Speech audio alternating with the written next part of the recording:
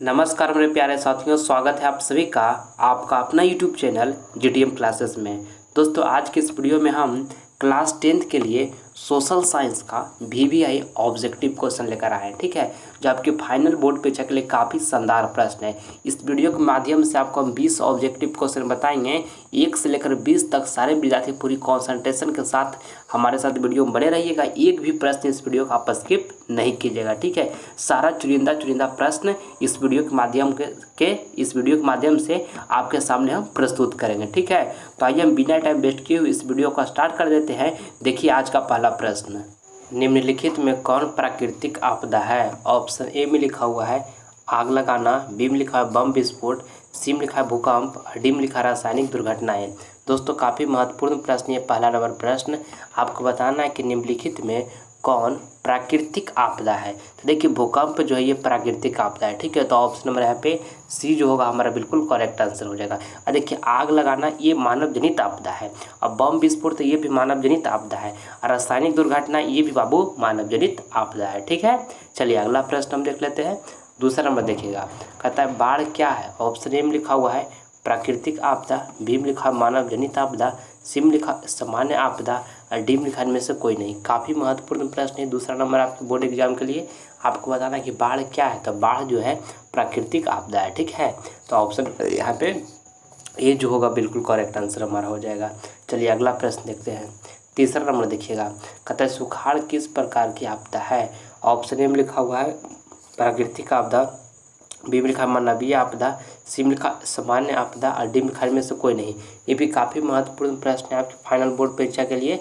आपको बताना है कि सुखाड़ किस प्रकार की आपदा है? तो प्राकृतिक आपदा है। ठीक है, ऑप्शन नंबर यहाँ पे ये जो होगा हमारा बिल्कुल करेक्ट आंसर हो जाएगा। चलिए अगला प्रश्न हम देखते हैं। चौथा नंबर, कहता है सुनामी किस स्थान पर आता है? ये भी काफ़ी महत्वपूर्ण प्रश्न है आपके फाइनल बोर्ड परीक्षा के लिए। ऑप्शन ए में लिखा हुआ है आसमान, बी में लिखा हुआ है स्थल, सी में लिखा है समुद्र, डी में लिखा है इनमें से कोई नहीं। तो आपको बताना है कि सुनामी किस स्थान पर आता है? तो समुद्र में आता है। ठीक है, आपको इसको याद रखना है। ऑप्शन नंबर सी यहाँ पे हमारा बिल्कुल राइट आंसर हो गया। चलिए अगला प्रश्न देख लेते हैं। पाँचवा नंबर, कहता है भारत का राष्ट्रीय पक्षी कौन है? ऑप्शन ए में लिखा हुआ कबूतर, बी में लिखा है हंस, सी में लिखा है मयूर, डी में लिखा है तोता। तो आपको बताना है कि भारत का राष्ट्रीय पक्षी जो है ना बाबू वो कौन है?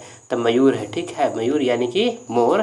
तो ऑप्शन नंबर यहाँ पे सी जो होगा हमारा बिल्कुल करेक्ट आंसर हो जाएगा। ठीक है, चलिए अगला प्रश्न हम देखते हैं। छठा नंबर देखिएगा।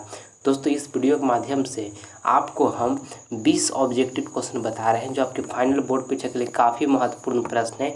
इसलिए आप सभी विद्यार्थी 1 से लेकर 20 तक पूरी कंसंट्रेशन के साथ बने रहिएगा। एक भी प्रश्न इस वीडियो का आप स्किप नहीं कीजिएगा। ठीक है, सारा चुनिंदा प्रश्न आपके बोर्ड एग्जाम के लिए हम इसमें सिलेक्ट किए हैं। ठीक है, देखिए छठा नंबर प्रश्न काफ़ी शानदार प्रश्न है, बहुत बार इसको बोर्ड एग्जाम में पूछा गया ये प्रश्न को। ठीक, कहता है बिहार में संपूर्ण क्रांति का नेतृत्व निम्नलिखित में से किसने किया? ऑप्शन ए में लिखा मोरारजी देसाई, बी में लिखा नीतीश कुमार, सी में लिखा इंदिरा गांधी और डी में लिखा जयप्रकाश नारायण। बताइए, बिहार में संपूर्ण क्रांति का नेतृत्व निम्नलिखित में से किसने किया? तो जयप्रकाश नारायण ने किए। ऑप्शन नंबर यहाँ पे डी जो होगा हमारा बिल्कुल करेक्ट आंसर हो जाएगा। ठीक है, चलिए अगला प्रश्न हम देखते हैं। 7 नंबर देखिएगा, कहता है किस क्षेत्र को तृतीय क्षेत्र कहा जाता है? ये प्रश्न भी काफ़ी महत्वपूर्ण है। प्रत्येक साल दोस्तों कुछ ना कुछ इस तरह से क्वेश्चन रहता है। ऑप्शन ए में लिखा हुआ है सेवा क्षेत्र, बी में लिखा है कृषि क्षेत्र और डी में लिखा औद्योगिक क्षेत्र और सी में लिखा औद्योगिक क्षेत्र और डी में लिखा इनमें से कोई नहीं। ठीक है, तो आपको बताना है कि किस क्षेत्र को तृतीय क्षेत्र कहा जाता है? तो सेवा क्षेत्र को बाबू तृतीय क्षेत्र कहा जाता है। ठीक है, ऑप्शन नंबर यहाँ पे ये जो होगा हमारा बिल्कुल करेक्ट आंसर हो जाएगा। इसको आपको अच्छी तरीके से ध्यान में रखना है। और देखिए, कृषि क्षेत्र को प्राथमिक क्षेत्र कहा जाता है, इसको एकदम याद करके रखना है। और औद्योगिक क्षेत्र को द्वितीय क्षेत्र कहा जाता है, ये भी आपको साथ में याद रखना है। ठीक है, कुछ आपसे ये तीनों में से कुछ भी आपके एग्जाम में पूछा जा सकता है। चलिए देखते हैं 8 नंबर प्रश्न कहता है कि निम्न में से किस नदी को बिहार का शोक कहते हैं? ऑप्शन ए में लिखा है गंगा, बी में लिखा है पुनपुन, सी में लिखा है गंडक और देखिए डी में लिखा है कोसी। तो आपको 8 नंबर प्रश्न में बताना है कि निम्न में से किस नदी को बिहार का शोक कहते हैं? तो कोसी नदी को कहते हैं। ऑप्शन नंबर यहाँ पे डी जो होगा हमारा बिल्कुल करेक्ट आंसर हो जाएगा। चलिए अगला प्रश्न हम देख लेते हैं। 9 नंबर देखिएगा, कहता है निम्न में से कौन उद्योग कृषि पर आधारित नहीं है? ऑप्शन ए में लिखा हुआ है सूती वस्त्र, बी में लिखा है सीमेंट, सी में लिखा है चीनी और डी में लिखा हुआ है जूट वस्त्र। ठीक है, तो आपको ये 9 नंबर प्रश्न काफ़ी महत्वपूर्ण है आपके फाइनल बोर्ड परीक्षा के लिए।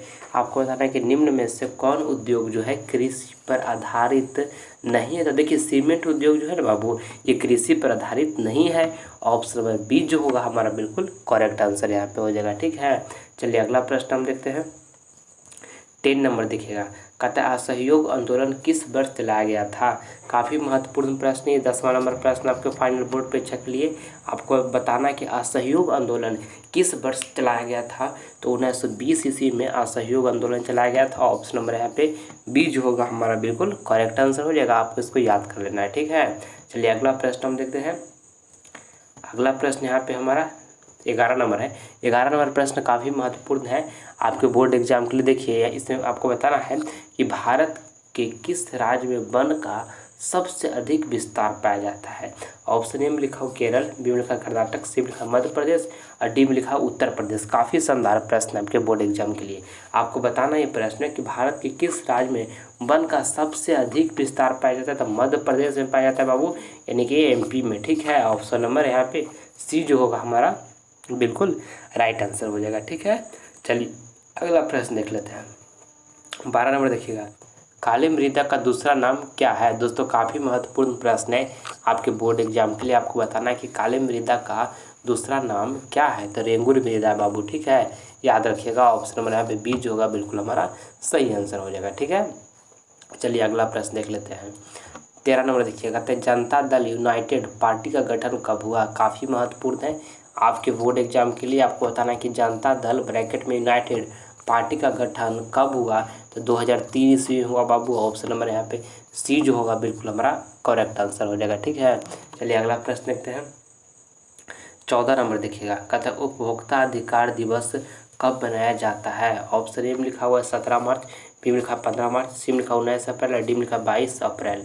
काफ़ी शानदार प्रश्न है आपके बोर्ड एग्जाम के लिए बाबू। ठीक है, कहता है उपभोक्ता अधिकार दिवस कब मनाया जाता है। तो 15 मार्च को मनाया जाता है। इसको याद कर लीजिए अच्छे तरीके से। ऑप्शन नंबर यहाँ पे बी जो होगा बिल्कुल हमारा करेक्ट आंसर हो गया। चलिए अगला प्रश्न हम देखते हैं।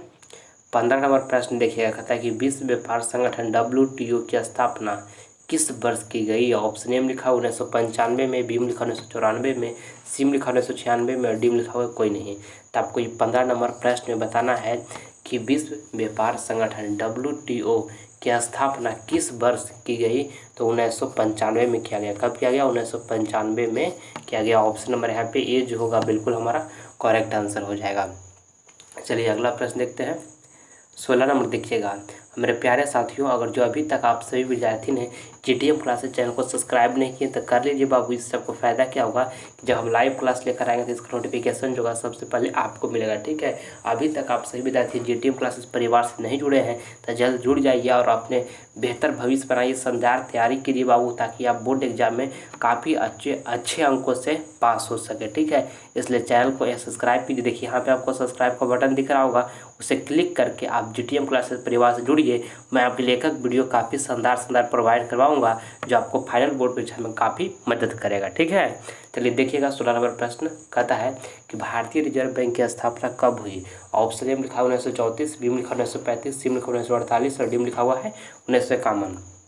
तो आपको बताना है यहाँ पर कि भारतीय रिजर्व बैंक की स्थापना कब हुई। तो 1935 ईस्वी में हुआ। ठीक, याद रखिएगा 1935 ईस्वी में भारतीय रिजर्व बैंक की स्थापना हुई। ठीक है, ऑप्शन नंबर बी यहाँ पे बिल्कुल करेक्ट आंसर हो गया।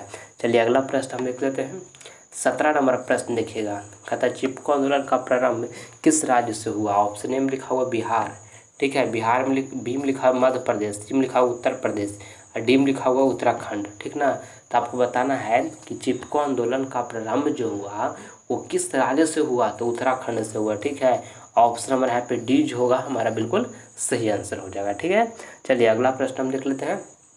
18 नंबर प्रश्न देखिए, और मेरे प्यारे साथियों, ये 20 ऑब्जेक्टिव क्वेश्चन जो हम आपको बता रहे हैं, इसमें से जो भी प्रश्न आपको याद नहीं होगा ना, उसे नोटबुक पर आप अच्छी तरीके से लिख कर याद कर लीजिएगा। ठीक है, क्योंकि एक बात हमेशा ध्यान में रखिएगा बाबू अपने जीवन में कि माता पिता पाल पोस कर आपको इतना बड़ा इसलिए किए हैं उनके गाँव मोहल्ले समाज में आप नाम रोशन कर सके भविष्य में। ठीक है, उनका इज्जत को आप बढ़ा सके, इसलिए खूब मेहनत कीजिए। जो आपको स्कूल फीस, ट्यूशन फीस, ये सब जो आप फार्म वगैरह भर रहे हैं उसका जो पैसा 1 रुपया देते हैं बाबू, बहुत मेहनत से आता है। वो मेहनत का कमाई है उसको बर्बाद नहीं कीजिए, उसका अच्छा से उपयोग कीजिए और माता पिता को जीवन में खुशी दीजिए। ठीक है, और आपका ये कर्तव्य है, आपका ये दायित्व है कि पूरी सहानुभूति के साथ मेहनत करें और अपने माता पिता को खुश रखें। ठीक है, इसलिए जमकर पढ़ाई कीजिए बाबू। याद रखिए जिस दिन रिजल्ट आएगा उस दिन आपका माता पिता की आंखों में खुशी के आंसू बहेगा और जो आपका अच्छा अंक आएगा तो ठीक है, तो वो पल आपके लिए काफ़ी लाजवाब होगा, मगर उसके लिए आज आपके पसीने को बहाना होगा। उस पसीना का अगर जो आप बहाते हैं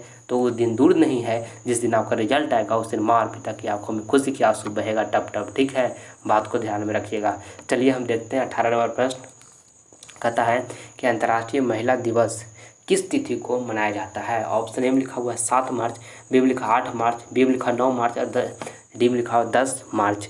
तो आपको बताना है बाबू कि अंतर्राष्ट्रीय महिला दिवस जो है ना वो किस तिथि को मनाया जाता है। तो 8 मार्च को मनाया जाता है। ठीक है, याद कर लीजिए इसको, 8 मार्च को अंतर्राष्ट्रीय महिला दिवस मनाया जाता है। ऑप्शन नंबर बी यहाँ पे बिल्कुल करेक्ट आंसर हो गया। चलिए अगला प्रश्न हम देख लेते हैं। 19 नंबर देखिएगा। कहता है अंकोर वाट का मंदिर कहाँ स्थित है। काफ़ी महत्वपूर्ण प्रश्न है, बहुत बार आपका बोर्ड एग्जाम ये पूछा गया है और आपका आने वाला ही बोर्ड एग्जाम में ये प्रश्न छपेगा पेपर में। ऑप्शन ए में लिखा वियतनाम, बी में लिखा हुआ थाईलैंड, देखिए सी में लिखा हुआ लाओस और डी में लिखा कंबोडिया। तो आपको बताना है कि अंकोर वाट का जो मंदिर है वो कहाँ स्थित है। तो कंबोडिया में स्थित है। ऑप्शन नंबर यहाँ पे जो डी होगा बिल्कुल हमारा करेक्ट आंसर हो जाएगा। ठीक है, देखिए अंकोर वाट का जो मंदिर है बाबू, इसमें किस हिंदू देवता का पूजा होता है। तो भगवान विष्णु का पूजा होता है। ये भी बात को आपको ध्यान में रखना है। और देखिए अंकोर वाट मंदिर का निर्माण किसने करवाया। तो सूर्यवर्मन द्वितीय ने करवाया। ये भी आपको साथ में याद रखना है, आपको बोर्ड एग्जाम में पूछा जाएगा। चलिए अगला प्रश्न हम देखते हैं 20 नंबर। कहता है रूस में जार का अर्थ क्या होता है। ऑप्शन ए में लिखा हुआ है पीने का बर्तन, बी में लिखा है रूस का सामंत, देखिए सी में लिखा है रूस का राजा और डी में लिखा हुआ है इनमें से कोई नहीं। आपको बताना ये 20 नंबर प्रश्न है मेरे प्यारे साथियों कि रूस में जार का अर्थ क्या होता है। तो रूस का राजा होता है। क्या होता है, रूस का राजा होता है। ऑप्शन नंबर सी यहाँ पे बिल्कुल करेक्ट आंसर होगा। काफ़ी महत्वपूर्ण प्रश्न है, इससे आप याद रखेंगे। ठीक है, आइए HW का प्रश्न अब देखते हैं। देखिए ये प्रश्न जो है HW का प्रश्न है, इसको हम होमवर्क में दे रहे हैं। इसका जवाब आपको कमेंट बॉक्स में देना है, जो आंसर आपको बिल्कुल सही लगेगा। ठीक है, देखिए प्रश्न है कि भारत का राष्ट्रीय पक्षी है। ये प्रश्न आपको पहले बताए हैं, इसलिए सारा विद्यार्थी का इसका जवाब बिल्कुल सही आना चाहिए। ठीक है, सारा विद्यार्थी का हम कमेंट देखेंगे। ऑप्शन ए में लिखा कबूतर, बी में लिखा मयूर, सी में लिखा तोता और यहाँ देखिए सी में लिखा हुआ है हंस बाबू और यहाँ पे डी में लिखा हुआ है तोता। ठीक है, तो चारों ऑप्शन में से जो ऑप्शन आपको सही लगेगा उसका जवाब कमेंट बॉक्स में जरूर दीजिएगा। आप सभी विद्यार्थी का कमेंट का हम रिप्लाई देंगे। ठीक है, और सारा विद्यार्थी का इसका जवाब आना चाहिए। और दोस्तों अगर ये वीडियो आपको पसंद आया है तो इस वीडियो को दिल से एक लाइक करें और ज़्यादा से ज़्यादा इस वीडियो को अपने फ्रेंड के पास भी शेयर करें, ताकि इस वीडियो के माध्यम से आपका फ्रेंड भी कुछ नॉलेज ग्रहण कर सके। और अगर जो अभी तक चैनल को सब्सक्राइब नहीं किए तो कर लीजिए। इससे आपको फ़ायदा क्या होगा कि जब हम लाइव क्लास लेकर आएंगे ना, इसका नोटिफिकेशन जो है सबसे पहले आपको मिलेगा। इसलिए जल्द आप सभी विद्यार्थी GTM क्लासेस परिवार से जुड़ जाइए। ठीक है, और मेरे प्यारे साथियों आप सभी विद्यार्थी अगले वीडियो में मिलेंगे। तब तक मन लगाकर पढ़ाई कीजिएगा, 1 मिनट भी समय को अपना बर्बाद नहीं कीजिएगा। समय ही जीवन में सबसे बड़ा धन होता है। ठीक है, और माता पिता को हमेशा रिस्पेक्ट कीजिएगा। ठीक है, जय हिंद जय भारत।